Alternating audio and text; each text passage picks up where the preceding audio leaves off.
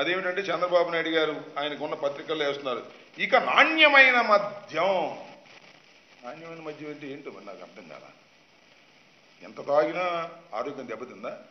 అంత నాణ్యమైనటువంటి మద్యాన్ని మీరు సప్లై చేయబోతున్నారా?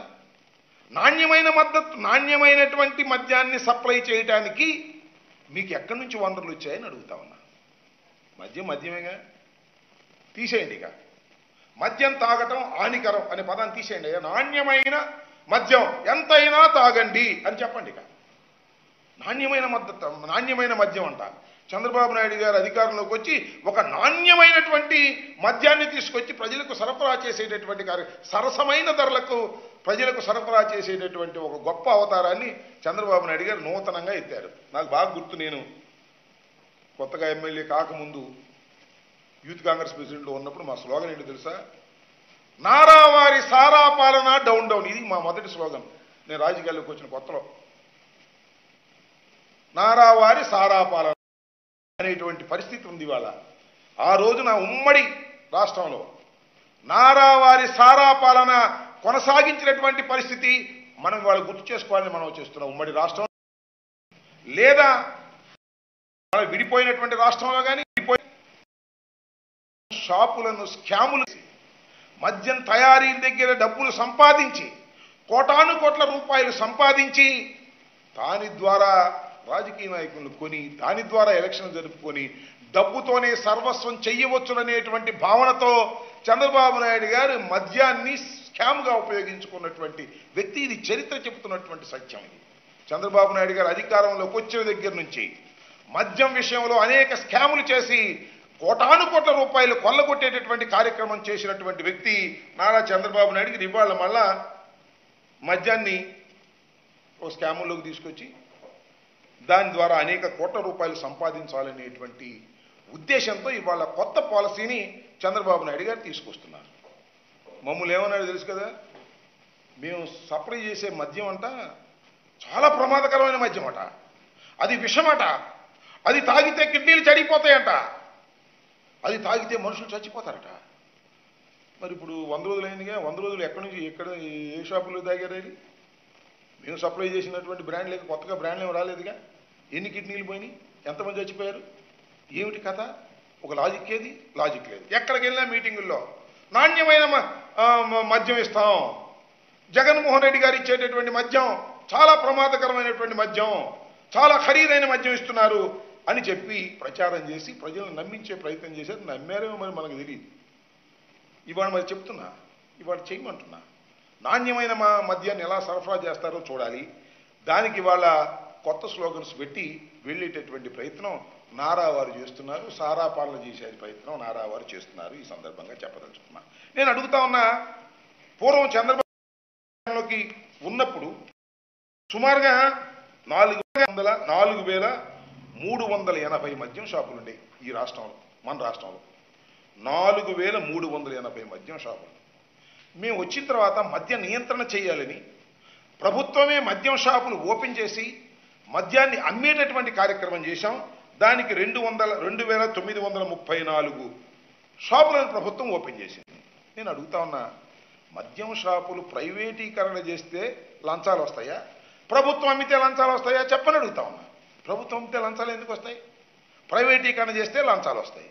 2,934 షాపులు మేము మెయింటైన్ చేస్తే మీరు 4,380 షాపులు పెట్టి దోచుకుని ఇవాళ మీరు మా ప్రభుత్వాన్ని విమర్శించేటటువంటి కార్యక్రమం చేస్తున్నారు. అంతేకాదు, ఇవాళ రేపు సుమారుగా ఎన్ని షాపులు అవుతాయో, 4,000 అవుతాయో, 6,000 అవుతాయో, 7,000 అవుతాయో ప్రైవేటు మద్యం షాపులు తీసుకొచ్చి పెట్టి సిండికేట్లు చేసి తద్వారా డబ్బులు కాజేయాలనేటువంటి ప్రయత్నంలో ఇవాళ చంద్రబాబు నాయుడు గారు ఉన్నారు. మేము చూసాం ఇంతకు ముందు కూడా చంద్రబాబు నాయుడు గారి పరిపాలనలో అందరూ సిండికేట్ అయ్యేవాళ్ళు. మొత్తం ఆ సిండికేట్లు ఏం చేసేవాళ్ళు అంటే 25 రూపాయల బాటిల్ అని చెప్తే రేట్ ఏమో 25 రూపాయలు ఉండేది షాపులో, బయట లోపలే 35 రూపాయలు అమ్మేది.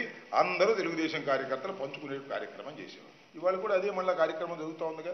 నేను మనవి చేస్తున్నా, ఇంతకు ముందు బార్లు, వైఎస్ఆర్ కాంగ్రెస్ ప్రభుత్వంలో ఏర్పడినటువంటి బార్లు యజమానులని ఇవాళ మెడబట్టుకొని బయటకు గంటి మీరు ఇవాళ ఆక్రమించుకున్నారు. చాలా చోట్ల నేను చెప్తాను, అవసరమైతే వాటి నెంబర్ కూడా చెప్తాను. ఆక్రమించుకొని మీ కార్యకర్తలతో ఇవాళ బార్లు నడుపుకునే పరిస్థితి చేస్తున్నారు. ఇంతకన్నా దారుణం ఏం కావాలి? ఈ రకంగా ఒక దుర్మార్గమైనటువంటి కార్యక్రమానికి ఇవాళ మీరు శ్రీకారం చుట్టేటటువంటి కార్యక్రమం చేస్తున్నారు. ఇది చాలా దురదృష్టకరమైనటువంటి ప్రయత్నం అని కూడా ఈ సందర్భంగా నేను చెప్తూ, దాంతోపాటు ఏమంటారంటే మేము బ్రహ్మాండమైన తీసుకొని మాకు ప్రచారం చేసేటప్పుడు ఇంకో మాట కూడా చెప్పారు. భూమ్ భూమ్ జగన్మోహన్ రెడ్డి గారిదంట, ప్రెసిడెంట్ మెడల్ జగన్మోహన్ రెడ్డి గారిదట. నేను మనవి చేస్తున్నా, ప్రజలు గుర్తించాలని మనవి చేస్తున్నా, ఈ బ్రాండ్లన్నీ కూడా చంద్రబాబు నాయుడు గారు పరిపాలనా కాలంలోనే, అంటే 2019-14 కాలంలోనే ఈ బ్రాండ్లన్నీ ఇచ్చింది చంద్రబాబు నాయుడు గారు. దానికి లెక్క ఉంది, జీవోలు ఉన్నాయి. చూడండి, ఒక మాట చెప్తాను. President medal, Hyderabad Bru deluxe, ఈ బ్రాండ్లు 2017 నవంబర్ 22న సాక్షాత్తు చంద్రబాబు నాయుడు గారి ప్రభుత్వం అధికారంలో వాటికి అనుమతి ఇచ్చింది. అలాగే governor reserve, life and Napoleon, olden Barton edge, 7 heaven blue, ఈ బ్రాండ్లు కూడా సుమారుగా ఇలాంటి 15 బ్రాండ్లు 2018 అక్టోబర్ 26న ఒకేసారి అనుమతించారు. దాంతోపాటు high voltage, voltage gold, SHG 10,000, British empire super strong premium beer, British empire ultra brand beer విక్రయాలు 2017 అనుమతి జారీ చేశారు. దాంతోపాటు royal palace, new king, sign out, ఈ పేర్లతో విస్కీ బ్రాండ్లు నవంబర్ 9న 2018న వాళ్లే జారీ చేశారు. బీరా 91 పేరుతో 3 రకాల బీర్ బ్రాండ్లను 2019 మే 14న దిగిపోయే ముందు చంద్రబాబు నాయుడు గారు సంతకం పెట్టి ఆ బ్రాండ్లని రిలీజ్ చేశారు. TI marshal house, TI courier Napoleon whisky, brandy బ్రాండ్లు 2018 మే 15న అనుమతించారు. అప్పటి వరకు రాష్ట్రంలో కనిపించని విచిత్రమైన బ్రాండ్లన్నీ కూడా వారి హయాంలో ఇచ్చారు, మా హయాంలో. దీనికంతా బురదంతా మామే జల్లే కార్యక్రమం పర్మిషన్ చంద్రబాబు నాయుడు గారు పర్మిషన్ ఇచ్చి జగన్మోహన్ రెడ్డి గారి టైంలో ఇటువంటి ఒక అపవాదు వేసి ప్రజల్ని నమ్మించలేటువంటి ప్రయత్నం ప్రతి మీటింగులోనూ చేశారు. వెళ్ళిన చోట్ల తమ్ముళ్ళు మద్యం తాగే మందు బాబులు మీకు నాణ్యమైన మందు ఇస్తాను అని ప్రచారం చేశారు, చౌకగా ఇస్తాను అని ప్రచారం చేశారు. ఇవాళ నాణ్యమైన మందు ఎక్కడి నుంచి ఇస్తారని నేను అడుగుతాను. ఓకే, వండర్ఫుల్, ఇస్తే మంచిదే. మేము ఎక్కడ పర్మిషన్ ఇవ్వలేదు. మొత్తం 5 మినహా మొత్తం చంద్రబాబు నాయుడు గారు పర్మిషన్ ఇచ్చినవే. ఈ డిస్టిలరీలో తయారు చేస్తారా, వేరే చోట తయారు చేస్తారా? ఈ డిస్టిలరీలో తయారు చేసేటప్పుడు నాణ్యమైన ఇంతకన్నా బెటర్ మందు ఎలా వస్తుంది? అదే డిస్టిలరీ కదా. ఆ డిస్టిలరీలోనే తయారు చేసే మందు ఏమి లేదు. మీరు స్లిప్పులు అంటించి ఈ రకంగా చేసేటటువంటి ప్రయత్నం మా మీద బురదల్లే కార్యక్రమాలు మీరు చేస్తున్నారు. ఇది ఒక సరైనటువంటి విధానం కాదు అనేది ఈ సందర్భంగా నేను చెప్పదలుచుకున్నాను. మొత్తంగా ఈ కొత్తగా తీసుకొచ్చేటటువంటి పాలసీ స్కాములకు ఆస్కారం ఇచ్చే పాలసీ, అసలు స్కామ్ చేయడం కోసమే మీరు ఈ పాలసీని తీసుకొచ్చారు. మీ కార్యకర్తలకి, మీ నాయకులకి సిండికేట్లు చేసి మద్యాన్ని అమ్ముకొని వ్యాపారం చేసుకొని డబ్బులు సంపాదించుకోవాలి అన్యాయంగా అనేటువంటి ఒకే ఒక్క దురుద్దేశంతో ఇవాళ ఈ నూతనమైనటువంటి పాలసీని మీరు తీసుకొచ్చారు. ప్రభుత్వమే ఇటువరకు అమ్మేది. ప్రభుత్వమే అమ్మినప్పుడు ఇంకా ఎక్కడ మిస్చీఫ్ దాడానికి అవకాశం లేదు.